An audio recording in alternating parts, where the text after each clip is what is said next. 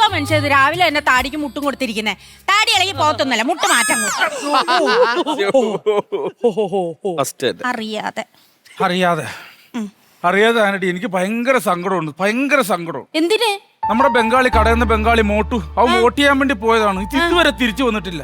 ഈ കടയിൽ പണിക്ക് ആളുണ്ടോ? ഞാനിതെല്ലാം കൂടെ ഒറ്റയ്ക്ക് എങ്ങനെ ചെയ്യും? ഇപ്പൊ നീ കൂടെ ഉള്ളതുകൊണ്ട് അങ്ങനെ പോണു. എന്ത് ചെയ്യൂന്ന് പറ, അവൻ എപ്പോ വരും? അതെ, നിങ്ങൾ കരയൊന്നും വേണ്ട. അവൻ എന്തായാലും ഓടി രക്ഷപ്പെട്ടാന്ന് എനിക്ക് തോന്നുന്നേ. അവനൊരു ബംഗാളിയാന്ന് വെച്ചാൽ അവനെ എന്തുമാത്രം നിങ്ങൾ കഷ്ടപ്പെടുത്തിയേ. എന്ത് കഷ്ടപ്പെടുത്തിയെന്ന്? അവൻ എന്തിന്റെ കുറവാണ് ഇവിടെ ഉള്ളത്? അവൻ എന്തിന്റെ കുറവാണ് ഇവിടെ ഉള്ളത്? വെളുപ്പാങ്കാലത്ത് 3 മണിക്ക് എഴുതേക്കണം, സ്വാഭാവികമാണല്ലോ.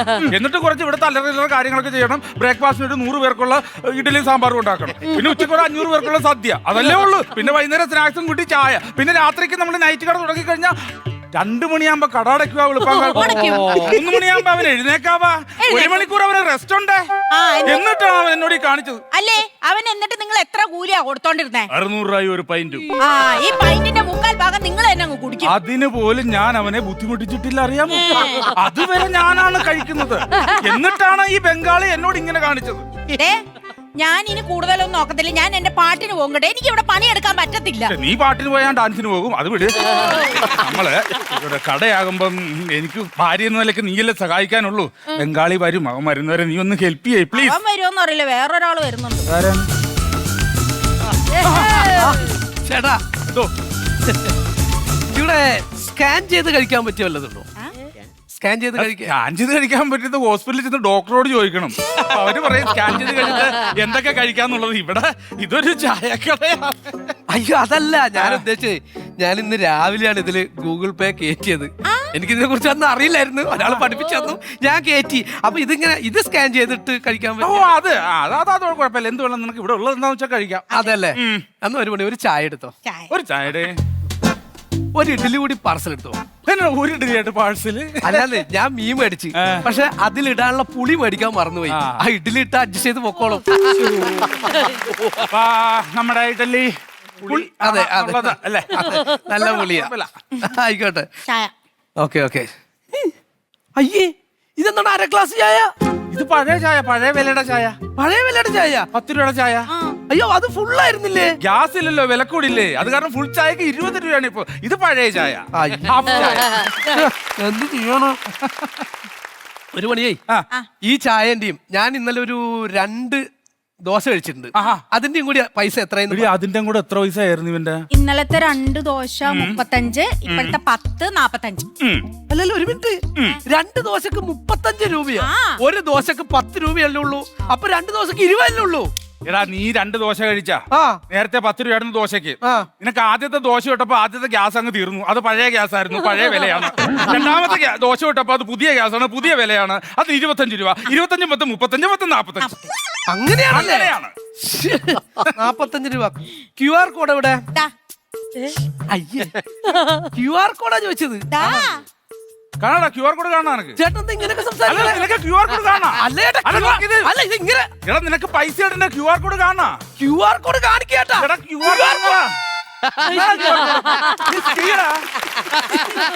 അതെന്താ വയറ്റിൽ തൊട്ടിച്ച് വെച്ചേക്കണേ?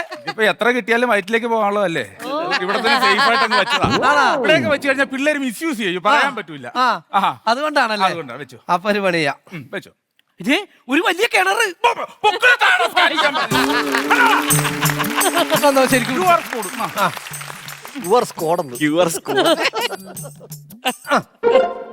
ഫോൺ പേ 45 രൂപ ക്രെഡിറ്റ് ആയിട്ടുണ്ട്, നന്ദിയുണ്ട്. അറിഞ്ഞില്ല ചേട്ടാ, മമ്മൂട്ടിയുടെ ഫ്രണ്ടാണ്. മമ്മൂട്ടി എന്നോടാണോ നന്ദി പറഞ്ഞത്? മമ്മൂട്ടിക്ക് എന്നെ അറിയപ്പോ? അറിയാൻ വരാതെ അങ്ങനെ പറയുവാ. എനിക്ക് മമ്മൂട്ടിനെ അറിയാം, മമ്മൂട്ടിക്ക് എന്നെ അറിയാം. അതങ്ങനെയാണ്. മമ്മൂട്ടി ചിലരെ ഇങ്ങനെ നോട്ട് ചെയ്ത് വെക്കും. നമുക്ക് നോട്ട് ചെയ്തിട്ട് അവരെ ഇങ്ങനെ നോട്ട് ചെയ്യണ്ട. അതാണ് കൂളിംഗ് ഗ്ലാസ് വെച്ച് കിടക്കണം.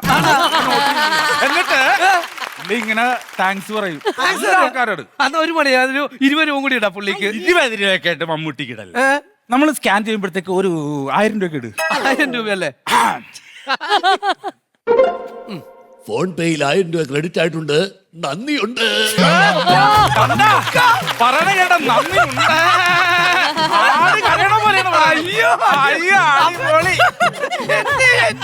ഒരു കാര്യം ഞാൻ പറഞ്ഞേക്കാം, എവിടെയെങ്കിലും വെച്ച് നമ്മൾ കാണുമ്പോ ഞങ്ങൾ രണ്ടും കൂടെ വരുമ്പോ ഫോട്ടോ ഒക്കെ എടുത്തു തരാൻ സഹായിക്കണേ. ഞാനൊന്ന് പറഞ്ഞു നോക്കാം. മമ്മൂട്ടിയുടെ ഷേപ്പ്, മമ്മൂക്കയുടെ ഫിഗർ, മമ്മൂക്കയുടെ നടത്തം, മമ്മൂക്കയുടെ ഹൈറ്റ്, ഇതൊക്കെ കാണുമ്പോ സ്വാഭാവികമായിട്ടും നമുക്ക് ഒരു വികാരമാണത്. Yo, everybody in the house, see the boys are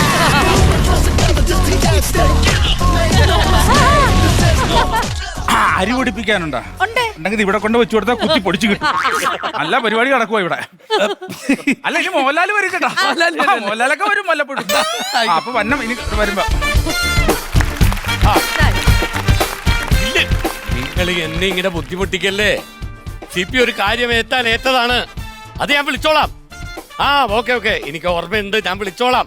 ശരി സദാശിവ, 2 കുറ്റിപ്പുട്ട് പാഴ്സലായിട്ട് വേണേ. ശേ നേതാവ് ഇവിടെ ഇരുന്ന് കഴിക്കും, പാഴ്സൽ കൊണ്ടുപോകേണ്ട കാര്യമുണ്ടോ? അയ്യോ കഴിക്കാനല്ല, എന്റെ കാറേ ആ കേറ്റത്തായിട്ടിരിക്കുന്നത്, അതിന്റെ ടയറിന് അടവെക്കാൻ ഇറങ്ങി പോരാതിരിക്കാൻ.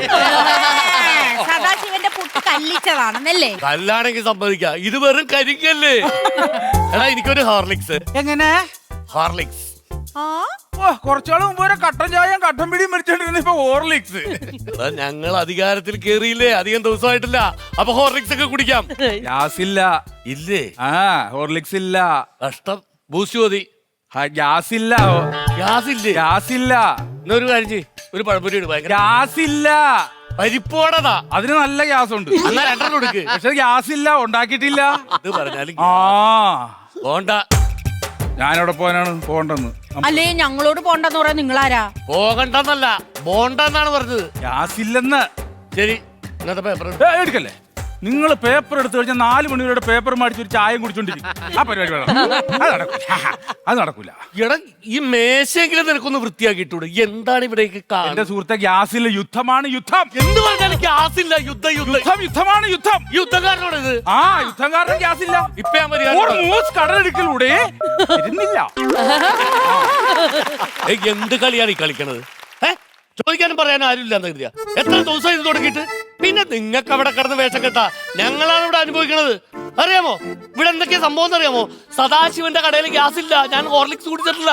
അത് മാത്രമല്ല, പെട്രോളിന്റെ വില കൂടുന്നു, മണ്ണെണ്ണക്ക് വില കൂടുന്നു. നിർത്തണം, ഇങ്ങോട്ടൊന്നും പറയണ്ട. ഈ പരിപാടി ഇന്ന് തുടർന്ന് നിർത്തണം. ഇനി എന്നെ അങ്ങനെ വിളിപ്പിക്കരുത്, മനസ്സിലാവണ്ട? ആരെയാണ് വിളിച്ച? ട്രംപ്. ട്രംപല്ല, ഇയാളെ ഡംബാണ് അല്ലേ? എടാ നീ ആ കുമാരചേട്ടനോട് സുനിയല്ലേ? അതെ. നിന്റെ അച്ഛൻ റിട്ടയർഡ് ആയാ? ഇല്ല, ഇപ്പോഴും അച്ഛനായി തന്നെ പുള്ളി തുടരും. നമ്മളെ അതും ഇതും പറഞ്ഞ് അങ്ങോട്ട് കേറി പോകണ്ട. അവൻ തന്നെയാണ് ആള്.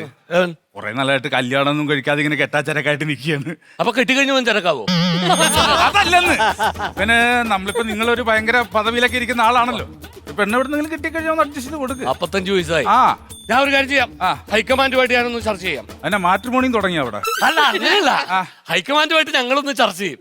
10 ദിവസത്തിന് ശേഷം അതിന്റെ ഒരു തീരുമാനം വരുള്ളൂ. 10 ദിവസം വെയിറ്റ് ചെയ്യണം കേട്ടോ. അതെ, നിങ്ങൾ എന്നെ കല്യാണം കഴിപ്പിക്കണ്ട, മനസ്സിലായില്ലേ? നിങ്ങൾ അധികാരത്തിൽ ഏറിയതിനു ശേഷം നമ്മളെ നേതാവിന്റെ വീട്ടിൽ നിങ്ങൾ പരിശോധന നടത്തിച്ചില്ലേ? ആരെ കൊണ്ട്? ഇടി. അതെന്തിനാ? അല്ല ഇടിക്കാൻ പറഞ്ഞു. അതല്ല ഇടി എന്നല്ല, ഇടി. ഇടി. എന്തിനായിരുന്നു നിങ്ങൾ ഇഡിയെ കൊണ്ട് പരിശോധിപ്പിച്ചത്? ഉത്തരവുണ്ട്, പറ. വ്യക്തമായ മറുപടിയുണ്ട്. പറ. അത് പറയുന്നതിന് മുമ്പ് എന്താണ് ഇഡി ഒന്ന് വ്യക്തമാക്ക്. എന്താണ് ഇഡി വ്യക്തമാക്ക്. ഇഡി എന്ന് പറഞ്ഞ ഇടി ഉണ്ടോ ഓർമ്മ? ഇഡി അവിടെ എടുക്കട്ടെ, നീ അത് ഇഡി എന്താണെന്ന് വ്യക്തമാക്ക്. ഇഡി വ്യക്തമാക്ക്. എന്തോ ദുരുദ്ദേശം. അതന്നെ, എന്തോ ദുരുദ്ദേശം. എന്തോ ദുരുദ്ദേശം. ഇഡിയാ? അതൊന്നുമല്ല. പിന്നെ എന്നാ നിങ്ങൾ പറ. അതൊന്നുമല്ല. എന്നാ നിങ്ങൾ പറ, എന്താണ് ഇഡി? ഇഡി എന്ന് പറഞ്ഞു കഴിഞ്ഞാല് ഇഡി ഹൈക്കമാൻഡ് ഇഡി എന്തോ ദുരുദ്ദേശമുണ്ട്. അത് ദുരുദ്ദേശം. എന്തോ ദുരുദ്ദേശം. നിങ്ങൾ ഒളിച്ചു കളിക്കല്ലേ? വാ തുറന്ന് എന്തെങ്കിലും പറയണം. എന്തിനാണ് ഞങ്ങളുടെ നേതാവിന്റെ വീട്ടിൽ ഇഡിയെ കൊണ്ട് നിങ്ങൾ പരിശോധന നടത്തിച്ചത്? ഇഡിക്കാരുടെ എന്തോ സാധനം നിങ്ങളുടെ നേതാവിന്റെ വീട്ടിൽ വെച്ച് മറന്നുപോയി. അവരത് എടുക്കാൻ ചെന്നതാണ്, അത്രേ ഉള്ളൂ സുഹൃത്തെ. ഇത് എന്തെന്നാ ഈ പറയുന്ന ഇയാള്? ഇതൊക്കെ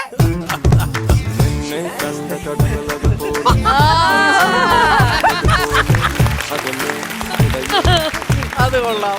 ഇതാണ് ഉത്തരം മുട്ടുമ്പോ ചുണ്ടു നോക്കി കാണിക്കും. ഇത് ചുണ്ടുമൊക്കെ കാണിച്ചല്ല, പിന്നെ ഞങ്ങളുടെ നേതാവിന്റെ പുതിയ ചിരിയാണ് ഇപ്പോഴത്തെ ട്രെൻഡ്. പൂക്കി സ്റ്റൈൽ. ആ ചിരിയായിരുന്നു ചിരിച്ചത്. പിന്നെ സഹാജ ഞാൻ നാളെ ഡൽഹിക്ക് പോകും. നിനക്ക് എന്തെങ്കിലും വേണമെങ്കിൽ പറയണേ. 1.5 കിലോ പഞ്ചാര വേണേ. ഇവിടെ പറഞ്ഞു എടി നാളെ 1.5 കിലോ പഞ്ചാര വേണേ. പണിക്കാരൊക്കെ ഉള്ളതാണ്. അതെ, ഡൽഹി പോവാണോ? അതെ. എന്നാ പിന്നെ ഹൈക്കമാൻഡിൽ ചെന്ന് ഇടപെട്ടിട്ട് കുറച്ചുപേരെ പണിക്ക് വിടാൻ പറ്റൂ ഇവിടെ കടയിൽ.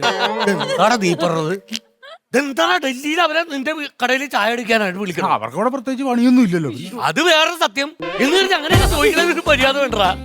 ഒന്നും അഡ്ജസ്റ്റ് ചെയ്യുന്നു. എടാ നിനക്കിപ്പോ എന്താ പ്രശ്നം? എന്താണ് നിന്റെ പ്രശ്നം? ഇവിടെ ബംഗാളികളില്ല. ബംഗാളികളുടെ രജിസ്റ്റർ ചെയ്യാനാണ് ഇവിടെ ഉള്ളത്.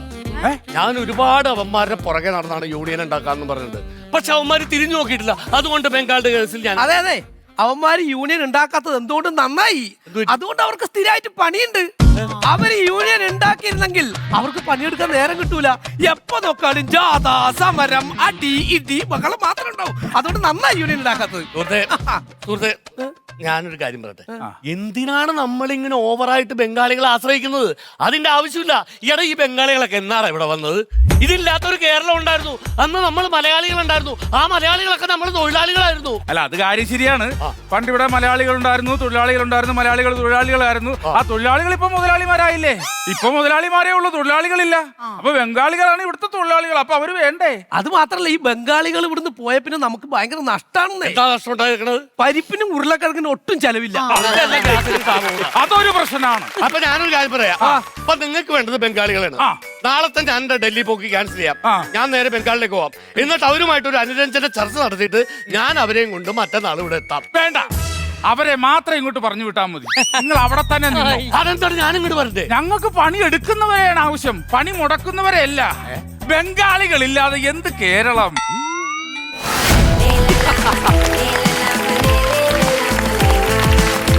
Comedy.